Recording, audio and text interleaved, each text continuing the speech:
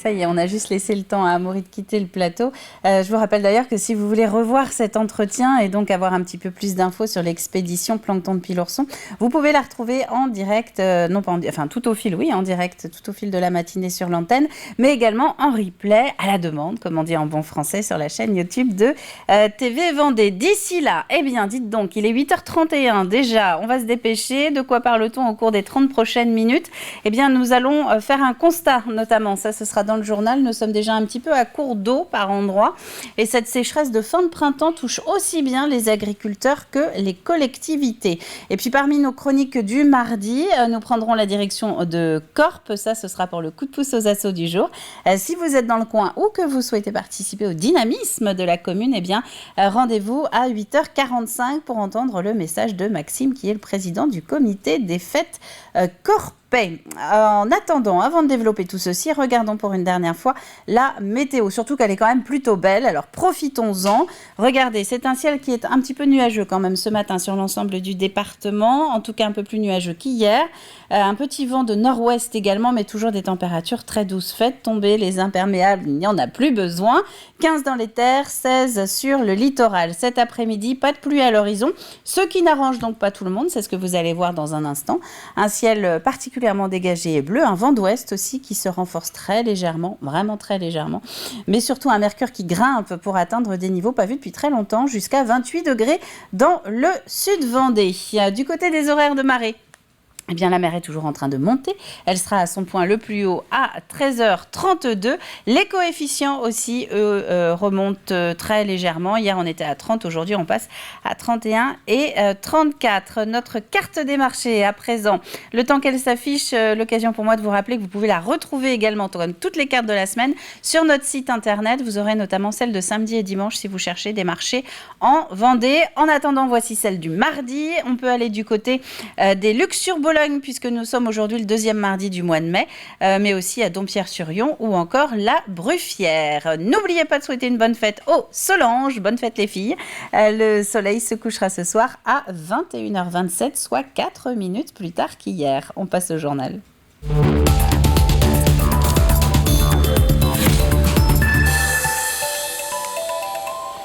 Et nous commençons donc, je vous le disais il y a un instant, avec ce premier constat météo. Constat que vous avez peut-être fait vous aussi si vous avez un jardin ou un pluviomètre. La terre est sèche sur une bonne partie de la Vendée. Les quelques pluies des dernières semaines sont déjà loin. Alors on ne parle pas ici des réserves. Les retenues qui sont gérées par Vendéo sont actuellement pleines à 95%, mais bien de l'humidité tout simplement sous nos pieds. Une tendance qui est observée de très près par certains corps de métier. Grégoire de Châtillon. Le manque d'eau est particulièrement visible ici. C'est dans le secteur de Saint-Jean-de-Mont qu'il a le moins plu le mois dernier en Vendée. Et toujours aucune pluie au mois de mai. La pelouse n'attend que de l'eau. À l'heure actuelle, elle est grillée. C'est plutôt vers le mois de juin, début juillet, qu'on arrive à ce stade-là. Donc cette année, c'est vraiment inquiétant. Un manque d'eau évident qui s'accompagne aujourd'hui de températures élevées. Résultat, la végétation souffre. C'est un photinia qui fleurit au printemps et on s'aperçoit que ce manque d'eau va tout de suite faire avorter la fleur. C'est-à-dire la fleur se développe et très vite elle fane. Si on continue avec une sécheresse comme ça, s'il n'y a pas un minimum d'apport d'eau pour l'aider à s'en sortir, il faut un arrosage conséquent, moins souvent, mais plus conséquent pour qu'il puisse pénétrer sous le paillage et aller nourrir des racines un peu plus profondément. À Fontenay-le-Comte, le résultat est identique dans ce champ d'orge, même si cela ne se voit pas au premier coup d'œil.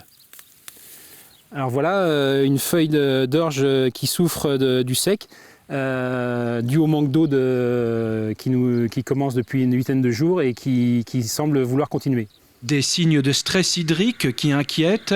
Les feuilles d'en haut, elles, commencent à s'enrouler sur elles-mêmes. Au vu des prévisions météo, ça nous inquiète parce que si la pluie était prévue dans les jours qui viennent, on ne serait pas inquiet. Mais les prévisions à 10-15 jours ne prévoient pas d'eau dans notre secteur. Dans cette terre calcaire, le sol est très filtrant, sans réserve d'eau. Cet agriculteur ne peut compter alors que sur l'eau qui tombe du ciel. Je suis à 170 mm depuis le 1er janvier à Fontenay, là, sur ma station. Ce qui est relativement bas pour une année autour de 900 mm, on est relativement bas pour le moment. Une sécheresse qui s'accroît un peu partout en France, un déficit prolongé de la ressource en eau pourrait alors affecter l'activité agricole. Entre agriculteurs, on a une inquiétude de ce manque d'eau parce que ce qui nous fait craindre, c'est une baisse de rendement. Surtout que cette année, on a quand même besoin des céréales françaises suite à la guerre en Ukraine. Donc on est inquiet parce qu'on a à cœur de répondre à cette souveraineté alimentaire de la France et de l'Europe et également pouvoir satisfaire les exports français, quoi. Afin d'éviter une sécheresse agricole durable, la pluie est plus que jamais attendue comme le Messie. En bref, l'inquiétude à présent dans le centre-ville de La Roche-sur-Yon. 10 voitures ont brûlé en 2 nuits aux abords du Pentagone. 2 entre samedi et dimanche, puis 8 la nuit suivante. Une enquête est en cours. La police privilégie la piste criminelle. L'Europe est au cœur de l'actualité en ce mois de mai. Hier, nous célébrions les 72 ans de la déclaration Schuman, ce qui est généralement considéré comme l'acte de naissance de l'Union européenne. Et les rendez-vous se poursuivent tout au long du mois dans le département, notamment à La Roche-sur-Yon, Aubigny-les-Clouseaux ou encore La Ferrière. Une année d'autant plus particulière que je vous rappelle que la France est présidente du Conseil de l'Union européenne jusqu'au 30 juin. Alexandre Debray donc allait faire un petit tour du côté du Point Info Europe Direct pour voir en quoi, ici en Vendée, l'Europe pouvait concrètement nous aider. Nous sommes dans les jardins de la médiathèque Benjamin Rabier. C'est aussi là que se situe le siège d'Europe Direct Vendée. Il y a 72 ans, la déclaration Schuman introduisait déjà un discours de paix, mais aussi la construction européenne, construction qui a continué. Bonjour Hélène Crépeau. Bonjour. Et cette construction, elle s'est notamment bâtie par l'éducation. Vous le disiez, c'est un des meilleurs chemins vers la paix. Tout à fait. Pour mettre cette idée de paix, eh bien, dès le plus jeune âge, on peut faire de la sensibilisation auprès des jeunes publics, mais aussi tout au long de la vie. Et il y a un programme phare qui est pour cela, le programme Erasmus+, qui vous permet de bénéficier de programmes de mobilité et de renforcement pédagogique depuis la maternelle jusqu'à pas d'âge, puisque on peut bénéficier de fonds européens pour la formation tout au long de la vie, en formation professionnelle ou formation générale. Et le professionnel, justement, puisque vous en parlez, ça tombe bien.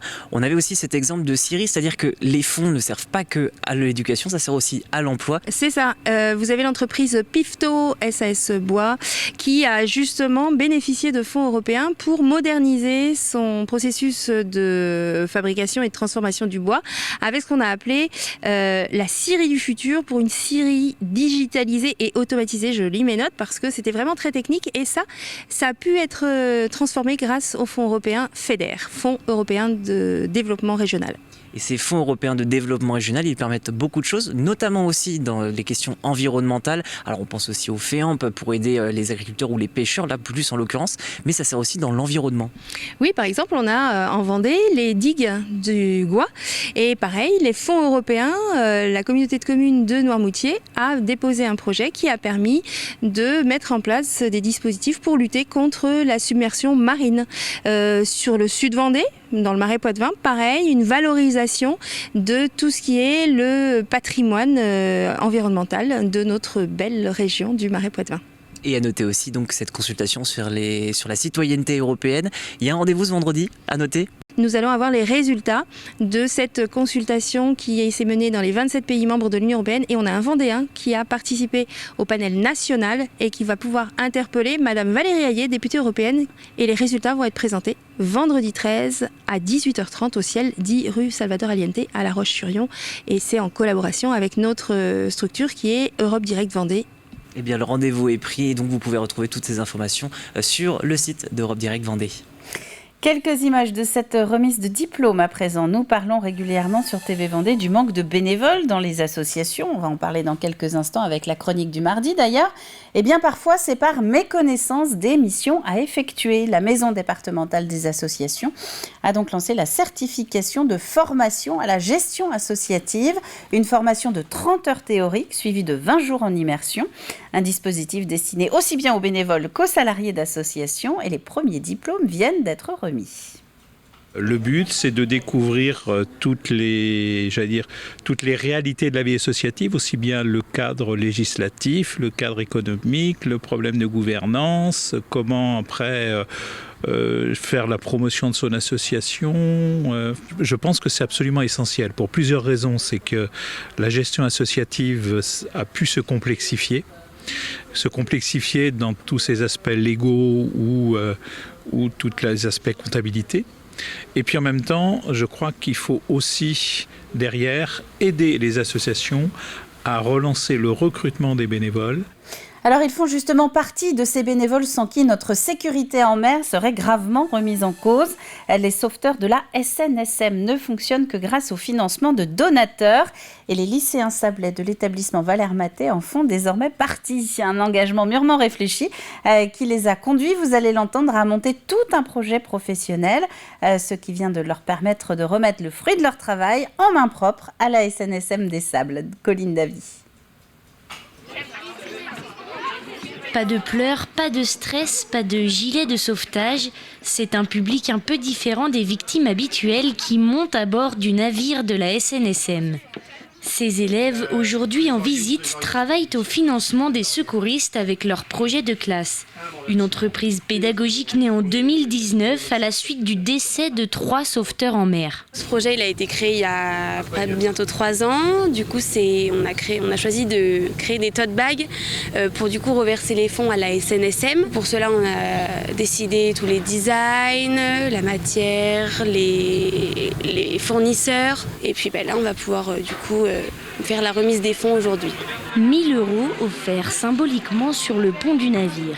Un don particulièrement important pour les équipes de la SNSM. Le don en lui-même va permettre à la station de financer et de continuer le bon fonctionnement du navire, que ce soit le gasoil à payer, les frais mécaniques des travaux ou l'investissement dans du matériel neuf.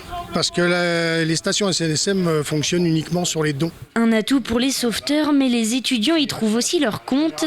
Si le projet part d'une bonne intention, il leur permet aussi d'avancer dans leur formation.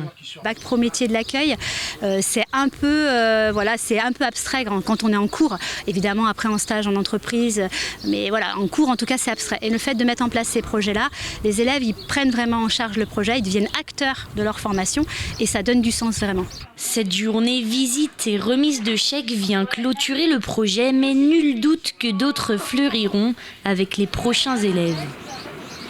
Et nous allons terminer ce journal avec quelques images qui devraient marquer l'histoire de l'hippodrome de Challans. D'ailleurs, depuis dimanche soir, ne dites plus hippodrome des Nous, mais hippodrome Éric Raffin, le joker driver multimédaillé, né à Challans, était invité par la ville pour dévoiler la plaque en son honneur, une personnalité dont le palmarès et le parcours parlera forcément aux amateurs de courses hippiques. Pour résumer, de tous les prix qui existent dans sa catégorie, il ne lui manque plus que le fameux prix d'Amérique.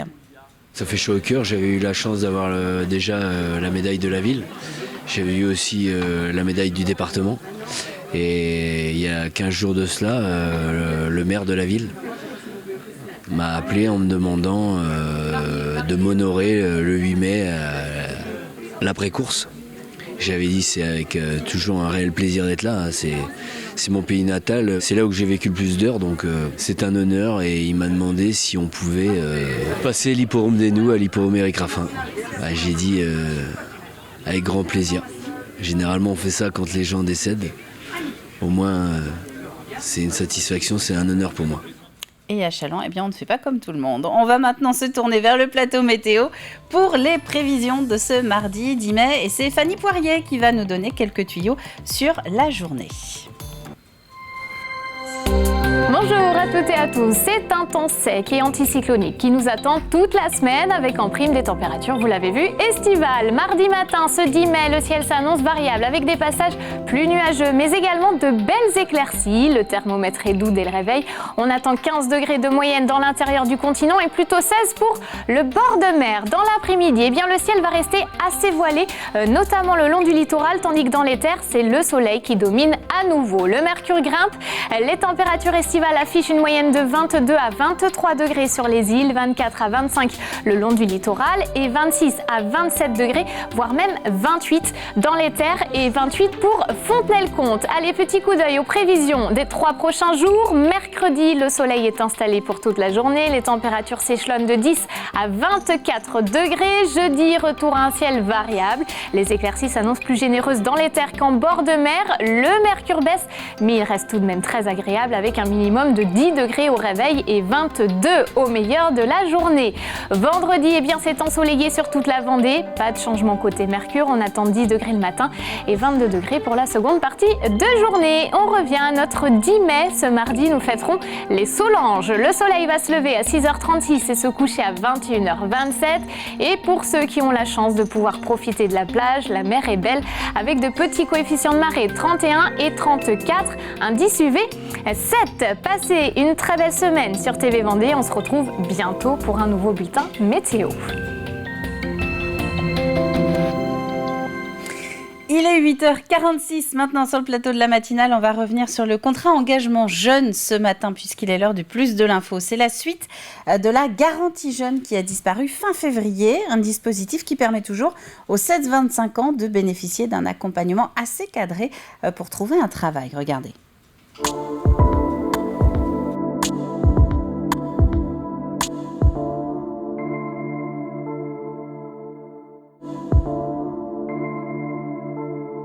C'est un dispositif qui prend la suite de la garantie jeune et qui propose un accompagnement personnalisé et intensif à des jeunes qui sont ni en emploi, ni en formation, ni en études, pour les aider à s'insérer sur le marché du travail. Donc c'est un dispositif qui sera proposé à la fois par les missions locales et par Pôle emploi et qui reposera sur un minimum de 15 à 20 heures d'accompagnement personnalisé avec un référent unique pour le jeune, avec des séquences à la fois pour apprendre par exemple à rédiger des CV ou des lettres de motivation, et puis aussi, c'est important, des périodes d'immersion en entreprise pour permettre à des jeunes de découvrir des métiers et ainsi de trouver ensuite un emploi. Le contrat d'engagement jeune pourra aller jusqu'à une durée de 12, voire quelquefois 18 mois. Donc ça va augmenter encore les chances pour les jeunes de trouver un emploi. Et puis il y a aussi une allocation dans le cadre de ce dispositif qui peut aller jusqu'à 500 € pour permettre aux jeunes de se consacrer pleinement à leur démarche d'insertion dans l'emploi dans une logique de droit et de devoir, c'est-à-dire que cette allocation sera la contrepartie du suivi de l'ensemble des obligations du contrat engagement jeune. Eh bien, les jeunes de 16 à 25 ans, donc, qui peuvent s'adresser à la mission locale Vendée Atlantique, bien sûr s'ils sont sur notre territoire, où il y a des missions locales. Il y a 4 missions locales en Vendée, donc peu importe la mission locale qu'ils choisissent, tout dépend là où ils sont. Et donc voilà, ils frappent à la porte de la mission locale, ils seront donc pris en charge donc, par des conseillers qui d'abord posent une sorte de diagnostic pour voir un petit peu où il en est, ce qu'il veut vraiment, si ça correspond vraiment à son besoin ou à ses attentes. Et si vraiment on sent que bon, c'est positif, bien à ce moment-là, le contrat, le CEJ peut être signé et à ce moment-là, l'accompagnement démarre. En ce moment, je suis à la mission locale en CEJ. Ça me permet de faire des stages, premièrement, et puis surtout d'avancer dans la vie professionnelle. Ça me permet aussi et surtout d'apprendre à m'exprimer et d'aller voir des employeurs plus facilement. Ça nous permet de rencontrer des gens. Ça nous permet de peut-être louer des nouveaux liens, faire des nouvelles amitiés, etc.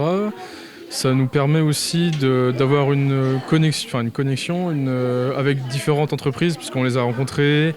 On a plus de facilité aussi à communiquer avec les gens. Par exemple, je sais que moi maintenant, comparé à il y a longtemps, je ne serai pas là devant vous à parler. Voilà. Et donc, pour en savoir un petit peu plus sur cette garantie jeune, n'hésitez pas, vous l'avez entendu, à vous tourner par exemple vers les missions locales du département. Il y en a 4, les Herbiers, les Sables d'Olonne, Fontenay-le-Comte et La Roche-sur-Yon. Il est l'heure du coup de pouce aux assos.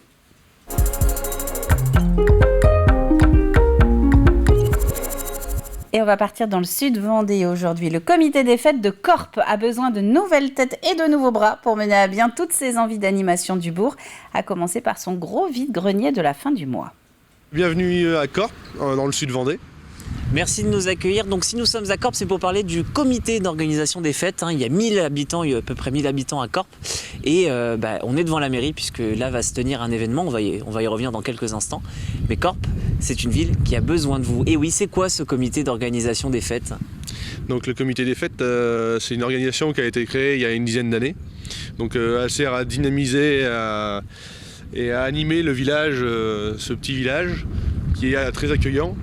Et du coup, tout au long de l'année, il y a des animations pour dynamiser le village.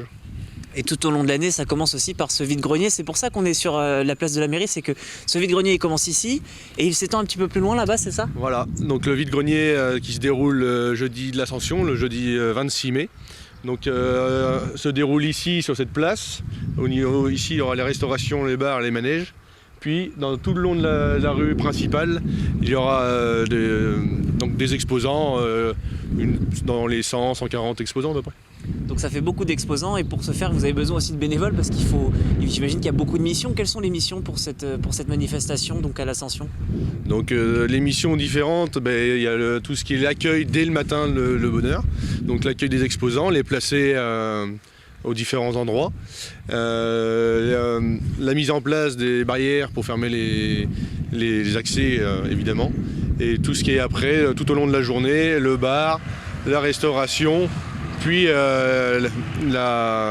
tout ce qui est hygiène aussi par rapport aux toilettes, etc. Cette année donc marque aussi le renouveau puisque forcément il y a eu un coup d'arrêt avec le Covid. Donc vous cherchez pour cette manifestation, mais bien d'autres, parce qu'il n'y a pas que ça aussi au comité des fêtes.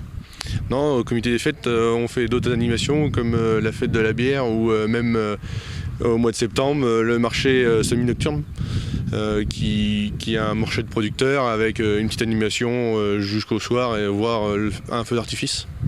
Et donc là aussi, vous allez avoir besoin de bénévoles, donc tout le monde est le bienvenu, qu'on soit de Corp ou d'ailleurs. Comme Corp est accueillant, tout le monde est le bienvenu, mais des alentours de n'importe quel environ.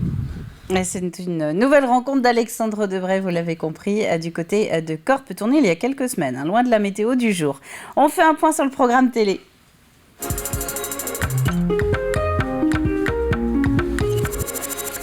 Alors, de quoi parle-t-on aujourd'hui sur TV Vendée ? Eh bien, nous sommes mardi, et qui dit mardi dit backstage, avec un chanteur sur le plateau aujourd'hui. Manu Denard, c'est l'auteur-compositeur-musicien des groupes Epsilon et Sgt Pepper, mais c'est aussi, depuis fin 2021, un artiste solo à part entière, un natif de Chaland, qui est donc venu à la rencontre de David Ovinet pour parler de son premier album.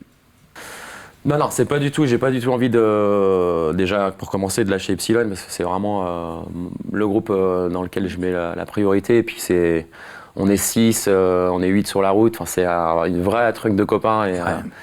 Et non, l'aventure solo, c'est pas du tout pour faire carrière. C'était en fait les confinements successifs ont fait que surtout le deuxième confinement, ça nous a vraiment donné un coup de massue parce que la tournée d'Epsilon a été annulée.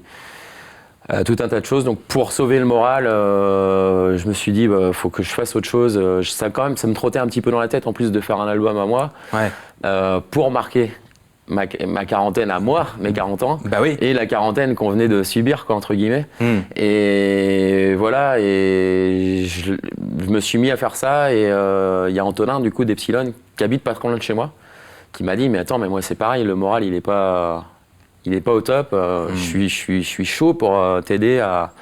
Et donc c'est grâce à lui qu'on a été au bout, parce qu'au final, moi, quand on fait un truc tout seul, souvent on sait pas tout faire tout seul. On est obligé de... Un truc seul, ça n'existe pas en fait, une aventure solo. Même derrière un Vianney ou je ne sais qui, il y a toujours une équipe et un truc. C'est pour ça que le solo, c'est pour dire que c'est moi qui écris les textes et c'est moi qui compose le noyau de la musique. Mais sans les autres, je parle de Yohan Quadik qui a mixé l'album, de Nicolas, le chanteur d'Epsilon, qui a fait la pochette, Antonin qui a fait tous les arrangements, qui a réussi à ce que j'aille au bout des choses. Et c'est une émission à retrouver en intégralité aujourd'hui sur l'antenne Backstage par exemple à 19h50. On va passer au jeu de la matinale avant de terminer.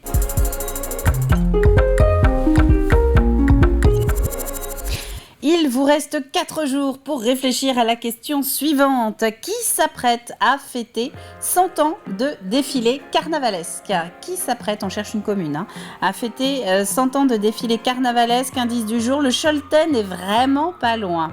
Et à la clé, eh bien, vous le voyez, il y a 2 exemplaires de la fameuse méthode vendéenne 30 jours pour en finir avec la procrastination de Lucie Renaudot et Benoît Pinault. Lucie qui était venue justement sur le plateau de la matinale pour nous parler de cette méthode. Si vous faites partie des 2 gagnants, vous aurez la possibilité de venir retirer vos livres ici à TV Vendée. Ce sera l'occasion de se croiser là-dessus. Eh bien, c'est la fin de cette matinale. On va se retrouver maintenant demain. Et justement, demain, eh bien, on va continuer avec l'invité de 8h15 à parler un petit peu voile, un petit peu même beaucoup, puisque nous aurons Pierre-Yves Cavant qui viendra nous parler de l'esprit d'équipe. Alors, ça peut-être que ça commence à vous dire quelque chose. L'esprit d'équipe, c'est ce très beau voilier qui va participer à l'Ocean Globe Race en 2023, qui a toute une histoire, aussi bien aujourd'hui avec son équipage qu'une histoire concernant le voilier en lui-même. Et donc, on en parlera demain à 8h15 avec Pierre-Yves Cavant. D'ici là, très bonne journée à vous tous sur TV Vendée ou dehors, il va faire très beau. N'oubliez pas de vous déshydrater comme l'été. Et moi, je vous souhaite une très bonne journée et on se retrouve demain.